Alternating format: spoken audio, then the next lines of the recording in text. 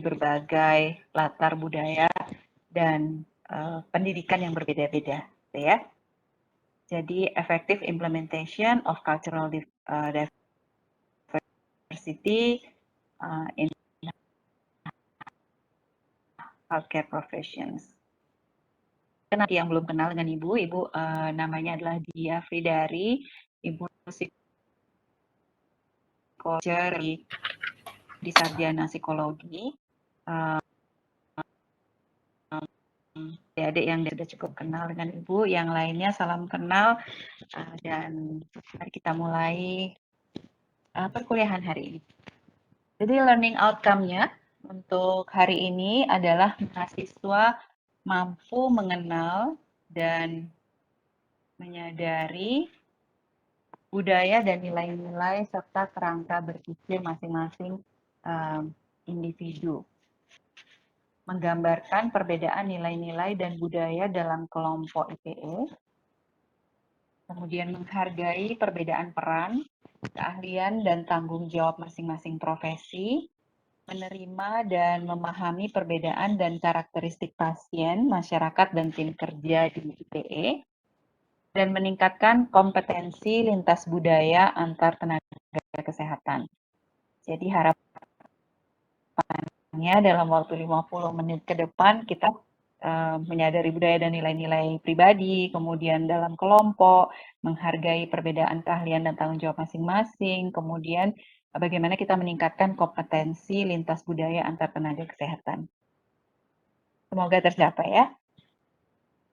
Oke, sebentar Ibu baca di sini ada waiting in the lobby ya. Ibu rasa Ibu tidak mau assign. Bentar.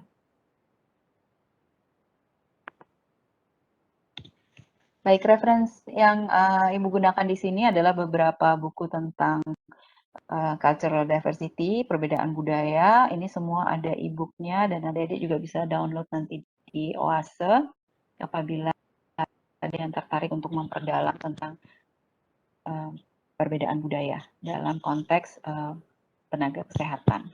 Ya. Oke, what is culture? Sebelum kita memahami bagaimana kita mengimplementasikan atau berkomunikasi secara efektif, gitu ya, kita mengenal dulu apa sih yang disebut dengan budaya. Nah, kalau budaya, mungkin adik-adik sudah pernah belajar atau membaca, adalah cara hidup sekelompok orang. Jadi way of life, ya. Kemudian cara pandang yang diturunkan dari generasi ke generasi berikutnya. Tradisi, ya, budaya tradisi. Atau bagaimana sekelompok orang mengambil suatu keputusan.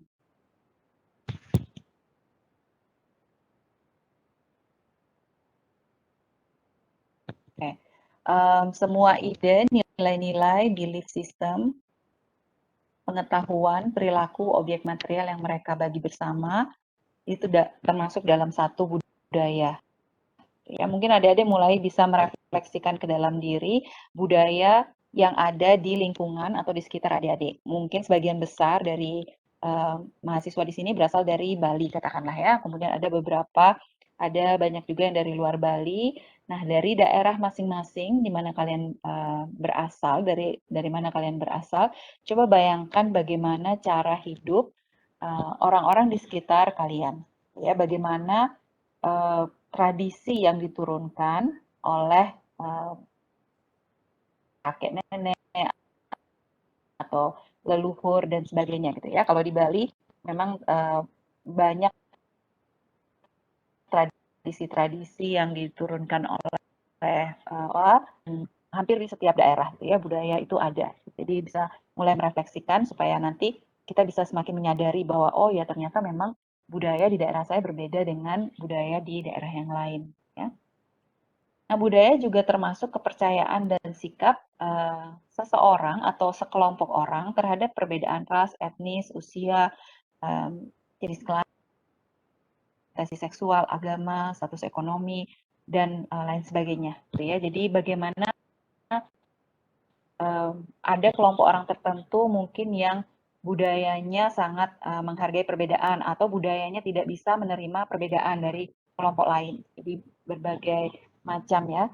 Nah, untuk menyederhanakannya, coba sekarang supaya adik-adik bisa ikut berpartisipasi juga dalam kuliah ini supaya nggak terlalu mengantuk.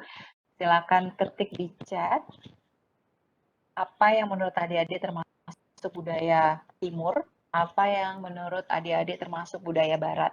Ya, mungkin bisa dituliskan Timur apa gitu, atau yang mau memilih Barat apa. Ya, silahkan sambil ibu baca. Kira-kira masuk dalam budaya Timur apa sih yang mempercayai pengobatan spiritual, gotong royong. Oke. Good. Sopan santun, ramah tamah masuk budaya Timur, bagus. Apalagi? Ramah ya, kolektivisme. Barat individual. Oke. Kesopanan, menyapa. Barat lebih pada kebebasan. Oke. Baca buku, toleransi. Oke. Bentar ya, gimana? Barat, kapitalisme. Individualisme, sopan dan toleransi, menghormati orang tua kalau di Timur.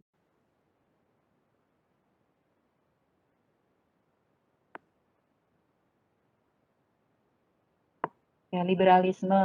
Oke. Di Timur lebih ke spiritual, Barat lebih ke sains. Oke, good. Oke, Barat instan dan individual, Timur sopan. Oke, individualis, realistis untuk budaya Barat. Oke. Kalau di Timur menggunakan kata sapa untuk orang lain. Menggunakan kata sapa untuk orang lain. Oke. Mungkin maksudnya nih, gimana ya kira-kira ya, menggunakan kata sapa untuk orang lain, maksudnya ada Mbak, Mas gitu kah? Atau ramah gitu ya, menyapa orang lain. Kalau Barat, mementingkan diri sendiri. Oke,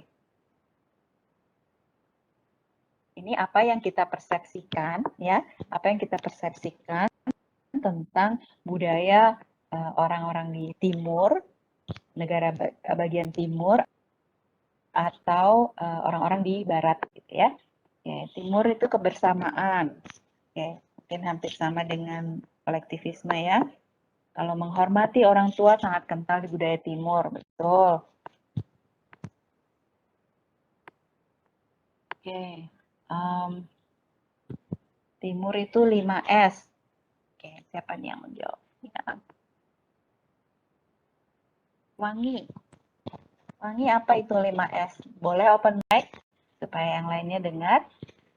Halo Ibu, 5S Ya. itu senyum, salam, sapa, sopan santun. Terima kasih. Oh, oke. Terima kasih Wangi. Senyum, salam, sapa, sopan santun ya untuk budaya Timur. Oke, good. Kemudian gotong royong, individualisme Barat. Individualisme. Timur suka gosip. Oke. Timur cenderung berpakaian tertutup, sopan ya. Kalau Barat itu konsumtif, mungkin terkait dengan kapitalisme tadi ya, dan individual. Kalau Timur berempati.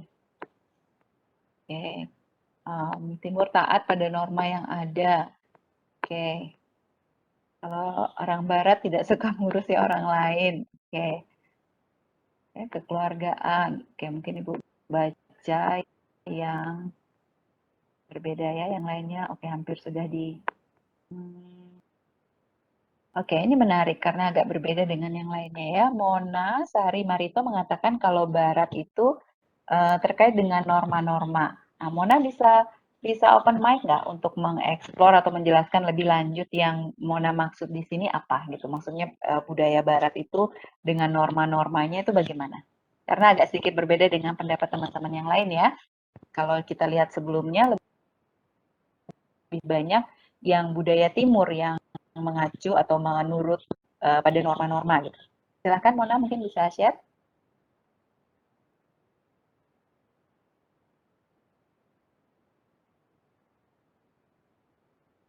Ya, sambil kita menunggu Mona untuk open mic. Kita lihat lagi pendapat teman-teman yang lain ya. Barat tuh free, kayak lebih bebas gitu mungkin maksudnya ya. Oke. Timur tuh banyak tradisi dan adatnya betul. Hampir sama. Di timur banyak ada kesenian budaya yang masih dijaga dan dipertontonkan, kayak dilestarikan ya. Oke. Harga diri kalau di timur tuh dijunjung tinggi, kalau barat sosialnya lebih bebas. Oke, yang lain masih sama disebut sebelumnya. Oke. Oke, timur patriarkis, barat feminis ya. Mona kalau udah bisa open mic silakan ya disampaikan pendapatnya.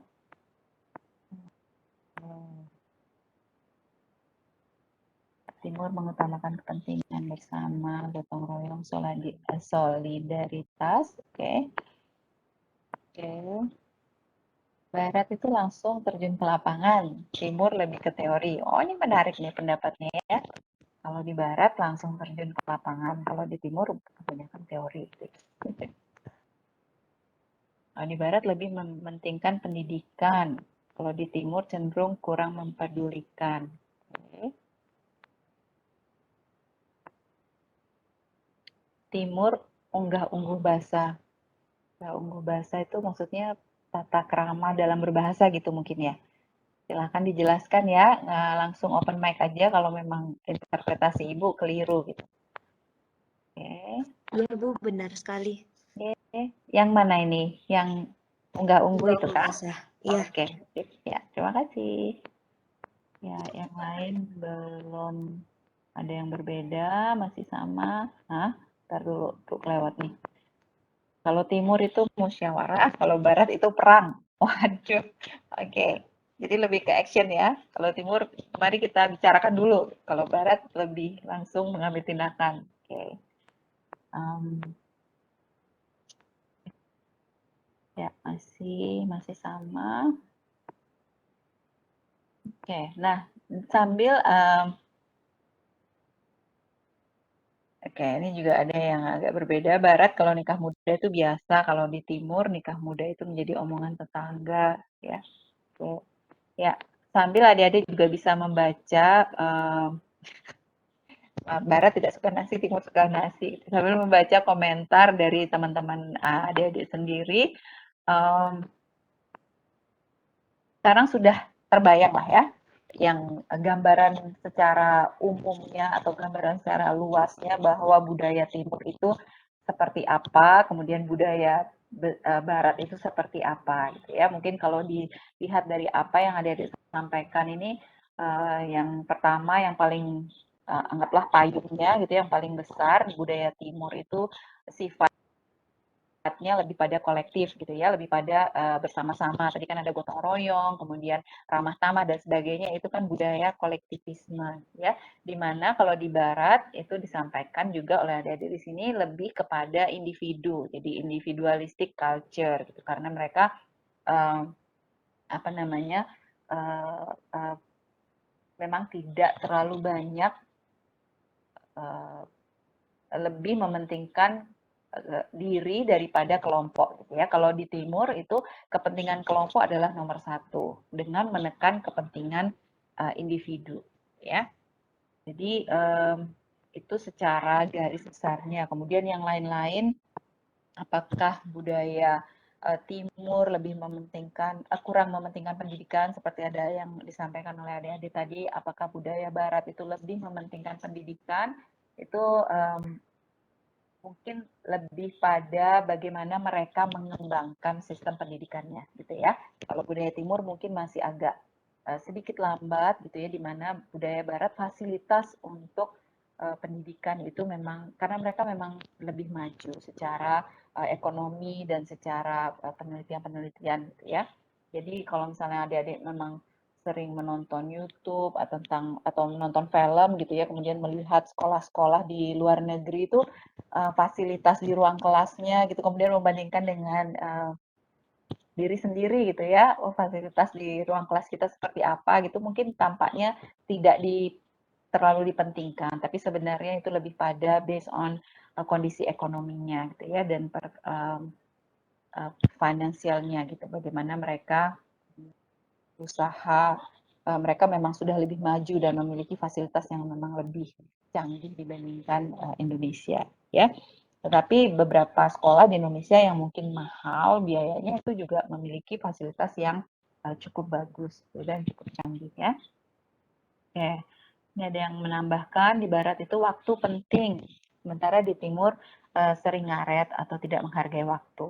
Ya, karena individualistik itu tadi sehingga orang di sana harus benar-benar intinya memenuhi kebutuhannya sendiri gitu ya dengan menghargai waktu karena mereka menganggap seperti yang disampaikan oleh Erika di sini bahwa time is money di sana. Sementara kalau di timur bukannya tidak menghargai waktu, lebih santai sifatnya karena kolektivisme tadi ya lebih misalnya dalam keluarga kita ada yang anggaplah kurang mampu gitu ya, tapi keluarga besar itu akan take care, akan merawat, akan membantu gitu. Kalau di sana ya anak 18 tahun sudah harus keluar dari rumah gitu kan. Ini di Amerika ya dari pengalaman dan pengetahuan yang Ibu ketahui. Jadi kalau di sana 18 tahun ya memang sudah harus keluar, harus mandiri gitu. Makanya mereka dari SMP sudah part time untuk saving, untuk menabung gitu ya. Jadi di sana karena sifatnya ya materialistis dan kapitalis seperti itu sehingga waktu menjadi sangat penting karena dengan apa namanya bekerja itu dihargai dari waktunya gitu ya sehingga dan mereka harus take care dirinya sendiri tidak bisa menggantungkan atau mengharapkan bantuan orang lain ya jadi adik-adik bisa melihat ya ada perbedaan yang cukup signifikan antara budaya timur dan budaya barat tetapi adik-adik juga bisa mulai memahami bahwa tidak ada yang lebih baik atau lebih buruk gitu ya misalnya oh budaya timur itu ini apa namanya uh, jelek gitu ya, lebih jelek daripada budaya barat atau budaya barat tuh lebih jelek daripada budaya timur karena mereka cenderung bebas, mereka cenderung apa namanya bebas pergaulannya atau sosialnya dan sebagainya. Itu tidak seperti itu ya. Maksudnya tidak perlu menghakimi atau menjudge atau menilai bahwa budaya timur atau barat itu lebih bagus atau lebih buruk gitu ya. Dua-duanya memiliki nilai plus dan minus itu. Apapun itu selalu ada nilai plus dan minusnya sehingga kita ya melihat atau belajar tanpa menghakimi saja gitu ya. Oke, ya ini juga Ngurah Tato juga menyampaikan ya di barat banyak pekerjaan diberi upah per jam, sedangkan Indonesia masih banyak yang per hari, per minggu, per bulan kerja bukan berdasarkan jam kerja ya ini juga karena berdasarkan jumlah sumber daya manusianya di barat yang sedikit jumlahnya gitu ya terutama untuk melakukan pekerjaan-pekerjaan yang sifatnya fisikal gitu misalnya sebagai waitress atau waiter atau um, labor work gitu ya yang sifatnya fisik itu sedikit mereka jumlahnya sehingga apa namanya bisa diberikan penghasilan atau gaji yang lebih tinggi per jam. Ya, sementara di Indonesia kan jumlah penduduknya banyak, jadi lebih banyak mungkin jumlah penduduk dibandingkan lapangan pekerjaan atau pekerjaan yang tersedia, gitu ya, sehingga upah labornya itu jadi murah gitu, jadi lebih sedikit gitu. Tetapi dibandingkan dengan living cost-nya juga, biaya hidupnya juga di sana juga lebih tinggi. Jadi sebenarnya ya kurang lebih sama lah gitu ya. Baik, terima kasih adik-adik semua yang sudah berpartisipasi. Jadi Ibu yakin sekarang semua sudah bisa membayangkan ada satu perbedaan yang cukup besar gitu ya antara budaya di timur dan di barat, tetapi kedua-duanya itu memiliki nilai plus dan minusnya masing-masing. Kita tidak perlu memperdebatkan yang mana lebih bagus atau yang mana lebih buruk ya. Nah, ini mungkin akan panjang kalau misalnya dituliskan di chat, jadi Ibu akan lebih senang mendengar apabila ada yang berinisiatif untuk open mic dan menyampaikan budaya apa sih yang ada di keluarga kalian, ya. Jadi masing-masing keluarga itu adalah yang paling kecil, gitu ya. Budaya yang terbentuk yang paling kecil itu berasal dari keluarga dulu. Nah, tiap keluarga itu memiliki budaya yang unik gitu, yang belum tentu satu keluarga yang keluarga A dilakukan oleh keluarga B. Silakan untuk yang mau sharing budaya apa sih yang ada di keluarga adik-adik. Izin sebelumnya, Bu. Oke, silakan siapa ini? Maaf Ibu tidak bisa lihat. Apakah suara saya terdengar ya, Bu? Sudah jelas, oh ini Aswin ya?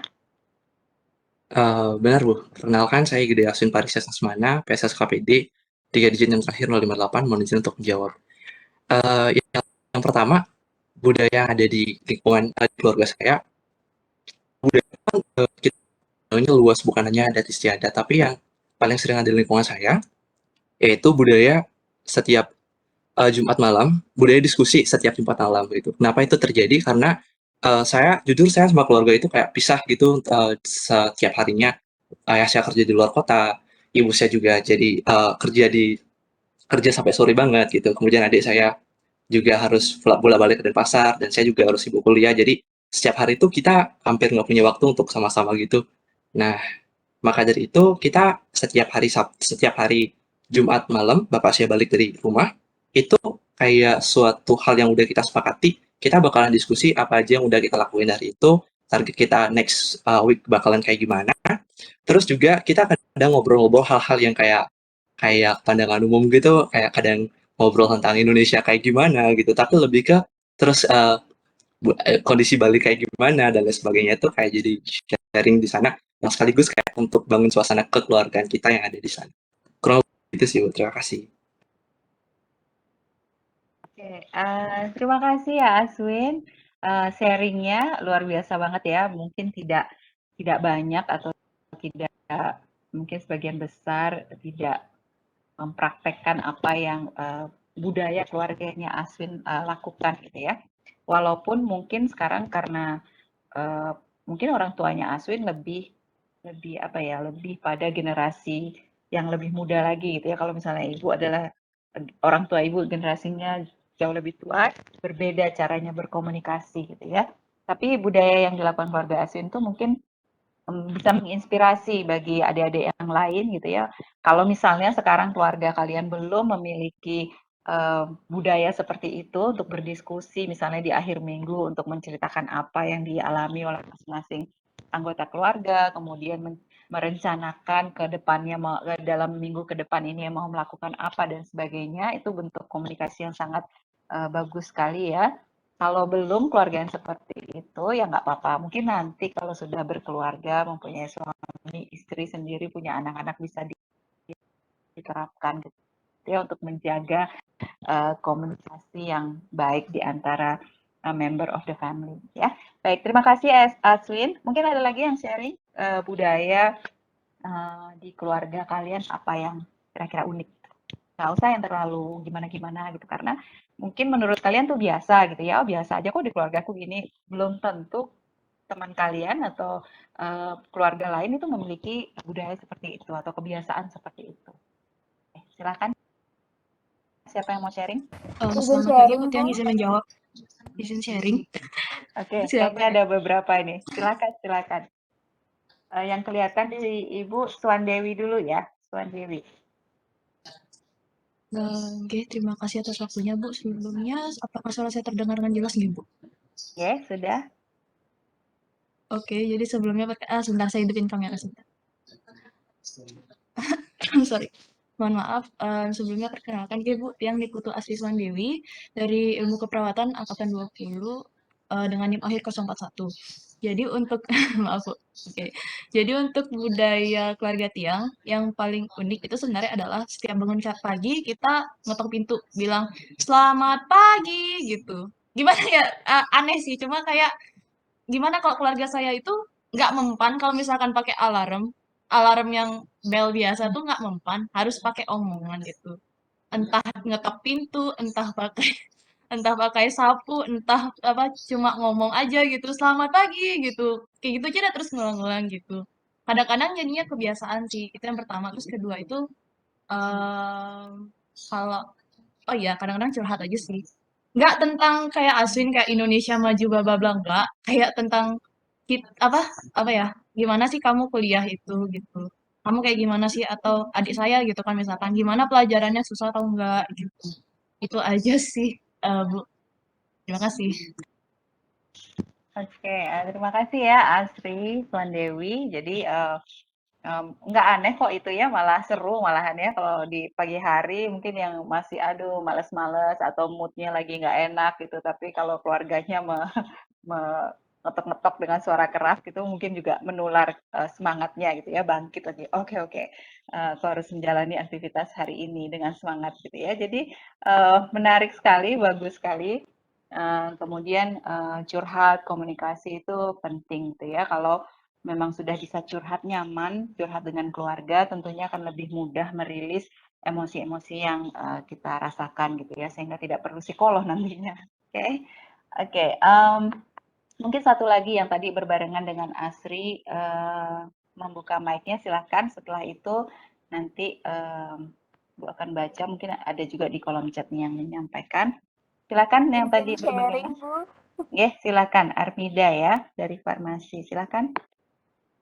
Baik, Ibu, terima kasih atas kesempatannya. Sebelumnya saya mohon maaf, Ibu tidak bisa menyalakan kamera karena jaringan di sini lumayan jelek. Baik, Bu, saya Armida Asya Farhani, biasa dipanggil Asya, dari Prodi Farmasi dengan NIM akhir 002, Bu.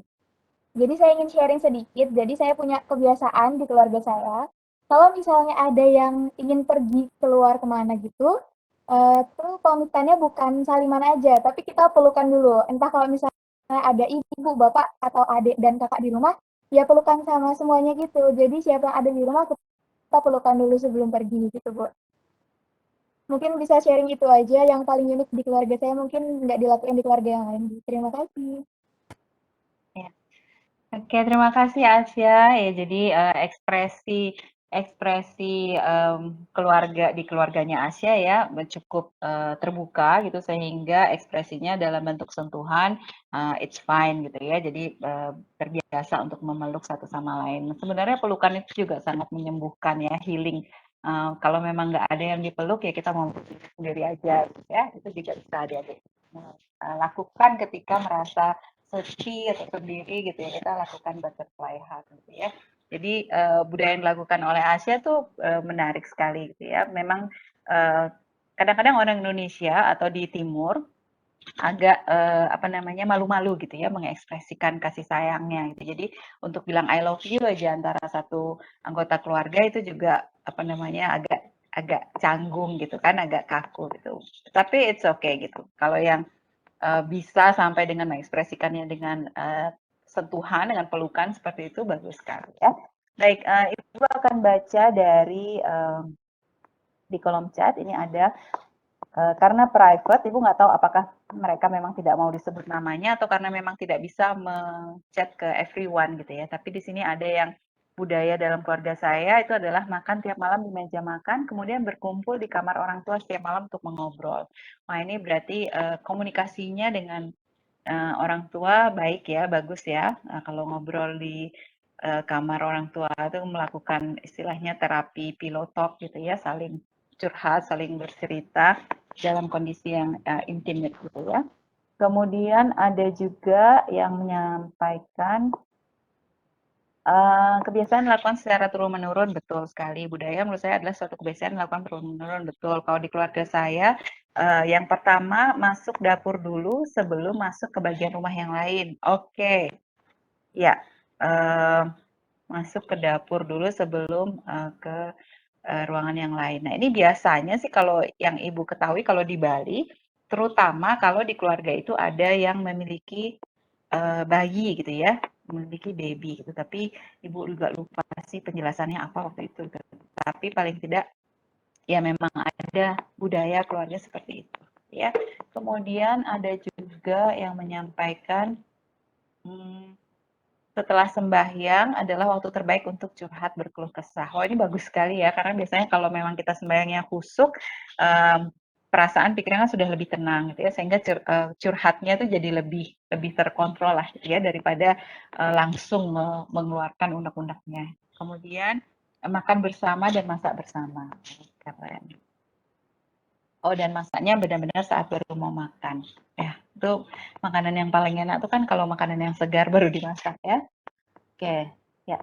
Kemudian ada juga yang menyampaikan bahwa ada kebiasaan setiap Selasa Kliwon sembahyang bersama dan selalu diakhiri dengan berbagi lungsuran sesajen ya. Ya, jadi apa yang di-offer, apa yang dipersembahkan, ya pilih apa yang kita sukai gitu ya, karena setelah itu kan kita makan sendiri. Gitu ya. Oke, ya. Oke, ada juga yang budayanya harus makan nasi. Kalau belum makan nasi, dianggap belum makan. Ini mungkin orang Indonesia ini ya. Jadi orang Indonesia atau di timur memang lebih lebih banyak apa namanya? Kalau belum makan nasi itu dianggap belum makan. Nah, ini menarik karena ada penelitian juga yang mengatakan bagaimana petani yang menanam padi dan petani yang menanam gandum itu berbeda. Kalau menanam padi itu kan rame-rame gitu ya, banyak tenaga yang digunakan untuk bercocok tanam padi. Tetapi untuk menanam gandum itu tidak diperlukan banyak orang. Entah ada hubungannya atau tidak, karena di barat itu kan gandum untuk roti ya, mereka makannya roti. Kalau kita di timur itu makan nasi gitu, jadi kolektivismenya. Menarik sih kalau untuk dijadikan penelitian. Oke. Ini menarik. Karena saya adopsi, saya biasa bercengkrama dengan anak asuh yang lain dengan ibu pengasuh setiap hari. Setiap malam, sorry. Karena saya adopsi, saya biasa bercengkrama dengan asuh yang lain dengan ibu pengasuh setiap malam. Wah, ini beruntung memiliki ibu pengasuh yang siap mendengarkan juga ya, yang bisa bercengkrama dengan anak asuh yang lain. Sebenarnya walaupun adopsi, walaupun anak asuh, bonding atau ikatan koneksi emosi itu sebenarnya sama saja, gitu ya, karena koneksi kita secara emosional itu akan sama saja dengan apakah itu anak kandung atau orang tua kandung, gitu ya. Jadi ini Ibu tidak tahu siapa namanya, tetapi walaupun adopsi masih bisa bercengkrama dengan anggota keluarga yang lain ya dan ibu asuhnya. So that's something that we can be grateful for ya. Oke, masih banyak nggak ya? Oke, ada yang harus punya waktu bersama keluarga gitu ya dalam 1 minggu ya. Oke, bagus ya. Ada juga yang setiap bulan melakukan tirta yatra untuk remaja-remaja di rumah. Oke. Dan aktivitas latihan menari, bagus sekali ya. Kemudian ada yang sujud ke orang tua setelah hari raya Nyepi. Ini luar biasa sekali budaya-budaya yang adik-adik sharing ya. Kemudian ada juga yang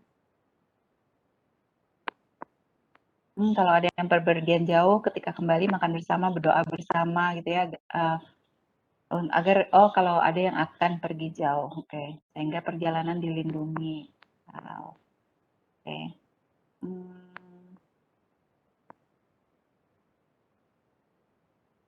Ya, ada juga budaya ketika ini luar biasa nih, ada budaya ketika makan kemudian lauknya tersisa sedikit terus membaginya secara merata. Ya, wah ini sharing is caring ya, benar-benar berbagi dengan berbagi dimulai dari keluarga. Kemudian nanti ketika sudah terjun ke masyarakat, maka keinginan untuk berbagi itu pasti masih ada, gitu. Sehingga kita bisa saling berbagi, gitu ya. Kemudian ada juga yang tidak mengecap ketika makan, duduk sebelum mengambil makanan dan sebagainya. Oke, ada yang setiap hari Minggu menyempatkan bikin masakan bersama-sama mungkin ya. Oke. Oke. Wah, Ibu mau nih jadi ada yang budayanya memijat ibunya setiap malam bergantian. Oh, boleh deh jadi yang tanya Ibu, mau nggak? Menyenangkan sekali. Oke. Ya, jadi ada juga yang salam peluk cium mama papa. Oke, sampai kendaraannya lewat. Aduh, senang ya. Oke, baik. Terima kasih. Terima kasih banyak adik-adik sudah sharing ya bagaimana budaya di keluarga ini juga ada yang orang tua lebih dulu diberikan makan, kemudian baru menawarkan orang tua yang makan pertama gitu ya. Oke. Oh ada juga yang banyak sih yang mijat ini ya budaya memijat orang tuanya. Wah, harusnya Ibu menekankan itu pada Ibu ya. Oke, terima kasih banyak partisipasinya. Mungkin kita cukupkan dulu untuk sharingnya. Nanti materinya eh, nggak kebahas. Oke, jadi adik-adik bisa melihat bahwa setiap keluarga itu memiliki budayanya masing-masing, gitu ya, memiliki tata cara, gitu, way of living-nya, cara hidupnya masing-masing itu berbeda, gitu ya. Nah, itu apa yang nyaman di keluarga kalian masing-masing gitu. Jangan sampai ketika adik-adik mendengarkan cerita temannya atau membaca komen temannya, kemudian membandingkan, kemudian oh kok keluargaku nggak gitu ya, kok keluargaku ada diam-diaman ya, gitu. Mungkin ada yang seperti itu. Dan itu mungkin adalah bagaimana keluarga itu terbiasa mengekspresikan pikirannya atau perasaannya gitu ya. Mungkin tidak biasa, artinya tidak ekspresif. Jadi walaupun sayang tapi diam aja gitu, cuman care gitu ya. Nah, adik-adik tidak perlu membanding-bandingkan gitu ya, tetapi apa yang ada di keluarga kita hargai dan kita nikmati gitu ya, dan kita syukuri.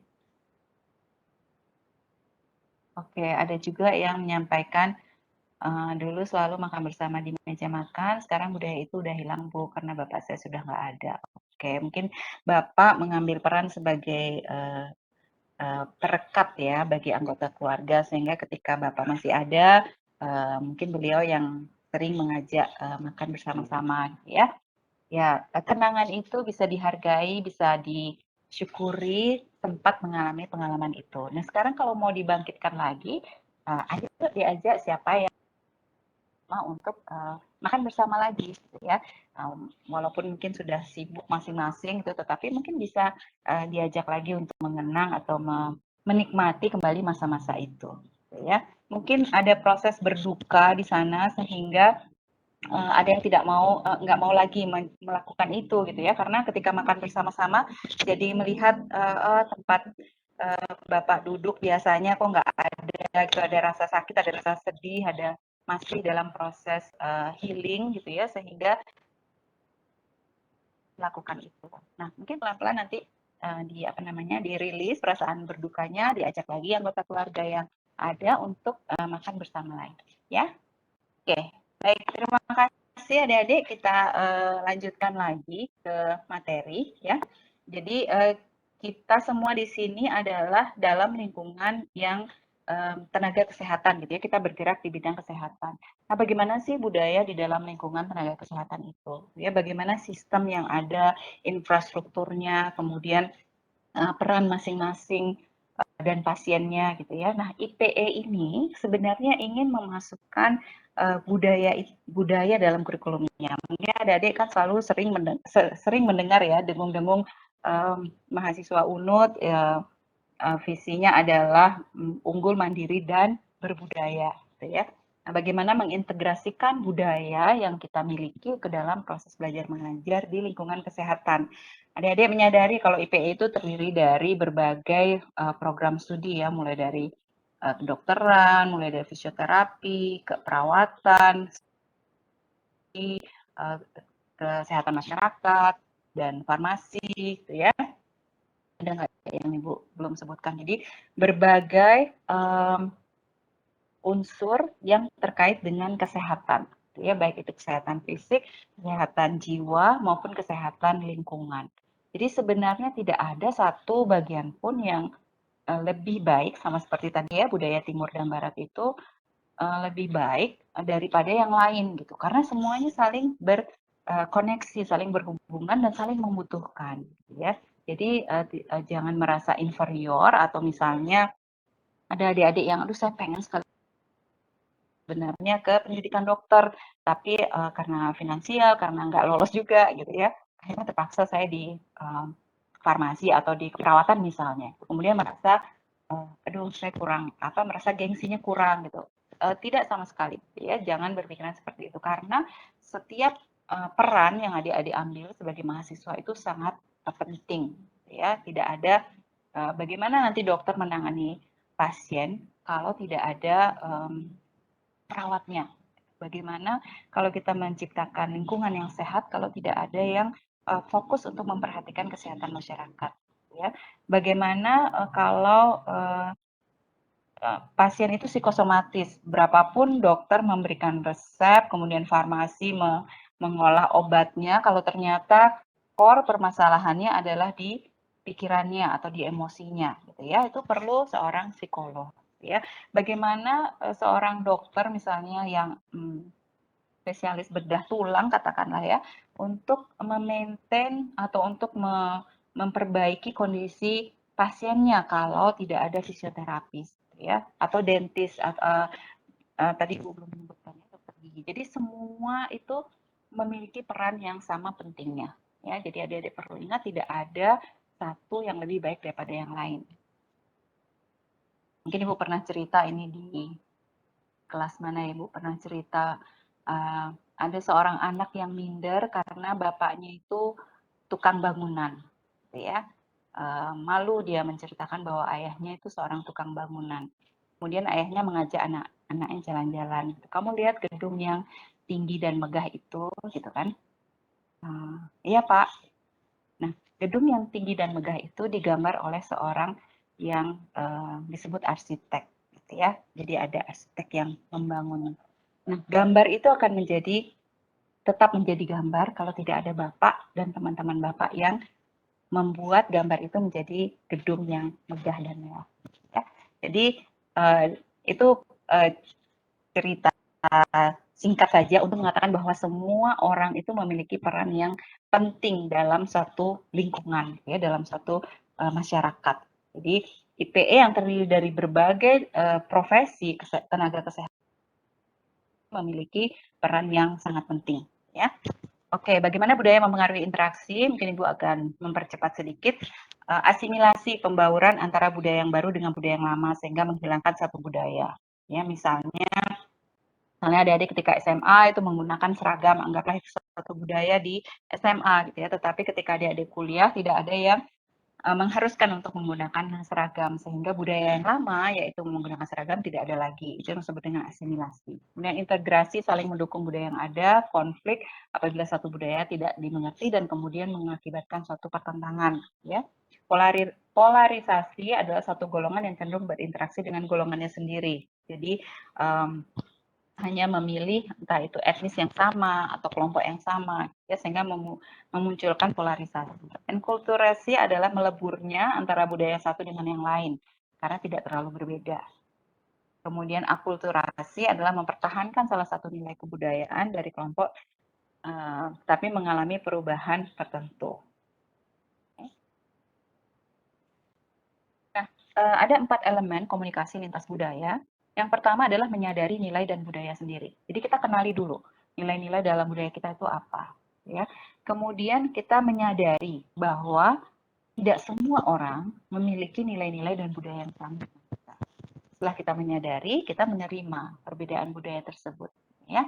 Kemudian lebih jauh lagi, kita kembangkan keingintahuan akan budaya lain. Nah, ini akan membuat suatu interaksi komunikasi lintas budaya yang harmonis gitu ya. Kalau misalnya kita hanya ingin kamu harus memahami budayaku, kamu harus mengikuti budayaku, tentunya akan menimbulkan konflik. Tapi kalau kita ingin tahu juga budaya orang lain gitu ya, atau budaya etnis lain atau budaya masyarakat lain, itu mereka akan senang hati membuka diri dan mereka juga akan membuka diri kepada kita, ya.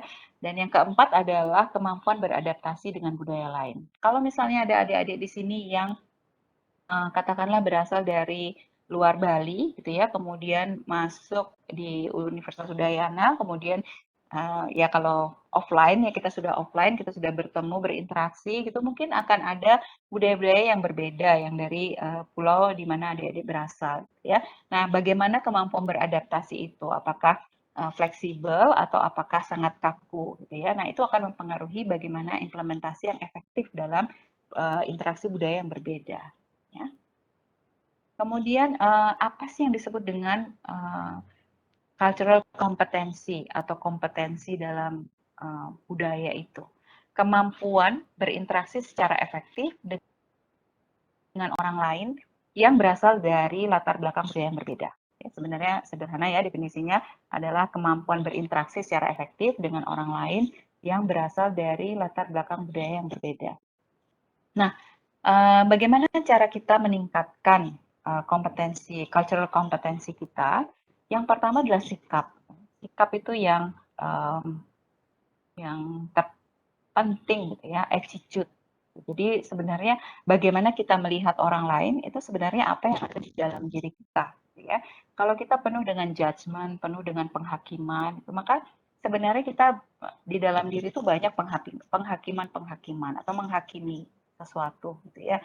Bahwa budaya ini jelek, budaya ini tidak baik, budaya itu buruk dan sebagainya. Ya itu sudah sudah punya persepsi sendiri gitu ya, punya asumsi sendiri sehingga tidak mau membuka diri dan tidak mau memahami budaya lain. Katakanlah kalau di psikologi, mungkin adik-adik yang di psikologi ya, atau di semua bidang. Kalau menghadapi klien atau pasien yang memiliki orientasi seksual yang sama gitu, yang sesama jenis gitu ya. Kemudian di dalam benak kalian sudah ada sikap bahwa itu adalah sesuatu yang keliru, itu adalah sesuatu yang dosa, itu adalah sesuatu yang buruk gitu ya. Mungkin ada nilai-nilai di dalam diri kita seperti itu, tetapi kita tidak bisa memaksa orang lain untuk memiliki nilai yang sama.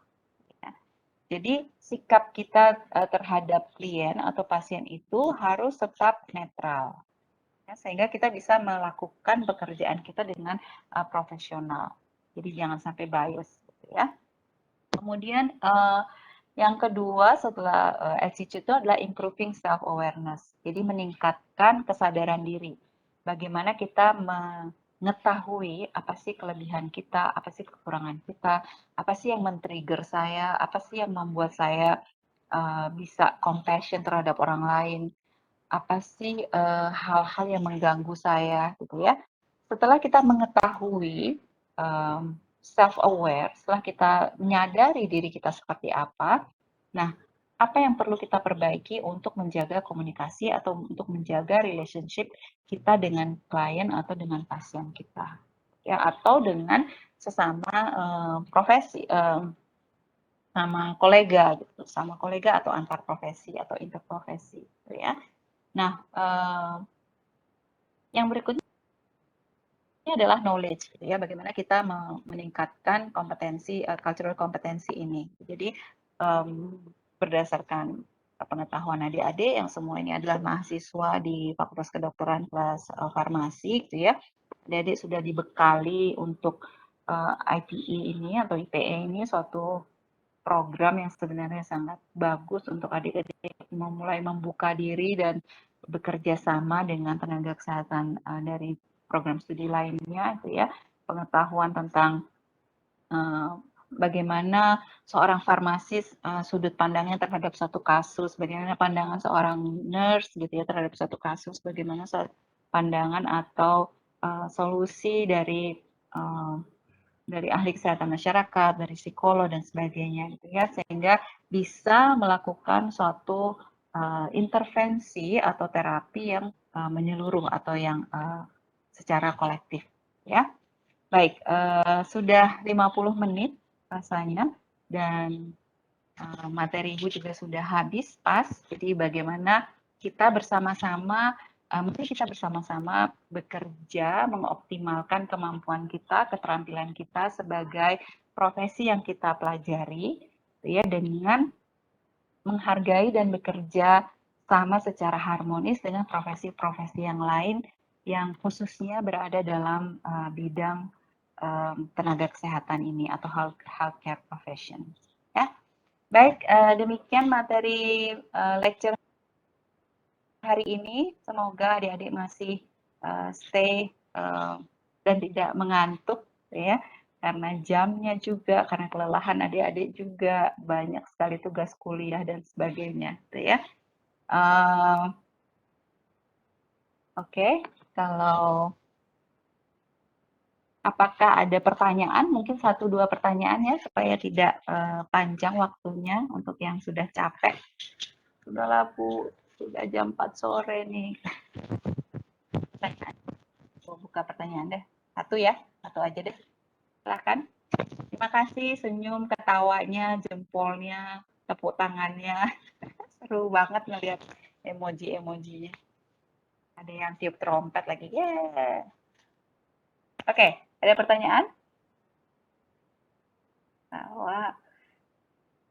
Kalau nggak ada, ya sudahlah ya, kita akhiri saja pertemuan. Jadi, selamat berakhir pekan, selamat happy-happy dulu, selamat relaksasi atau apapun yang adik-adik suka lakukan selama weekend ini sebelum kembali beraktivitas lagi atau mengerjakan tugas-tugas lagi di hari Senin. Ya, tetap sehat, tetap happy, tetap semangat.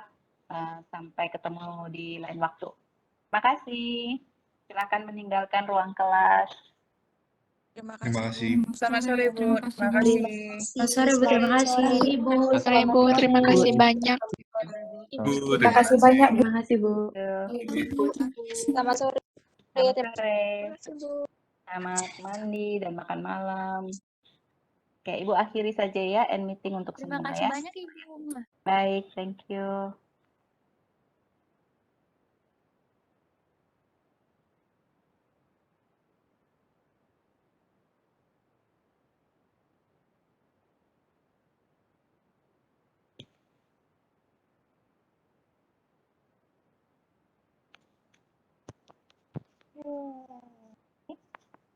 Masih kah?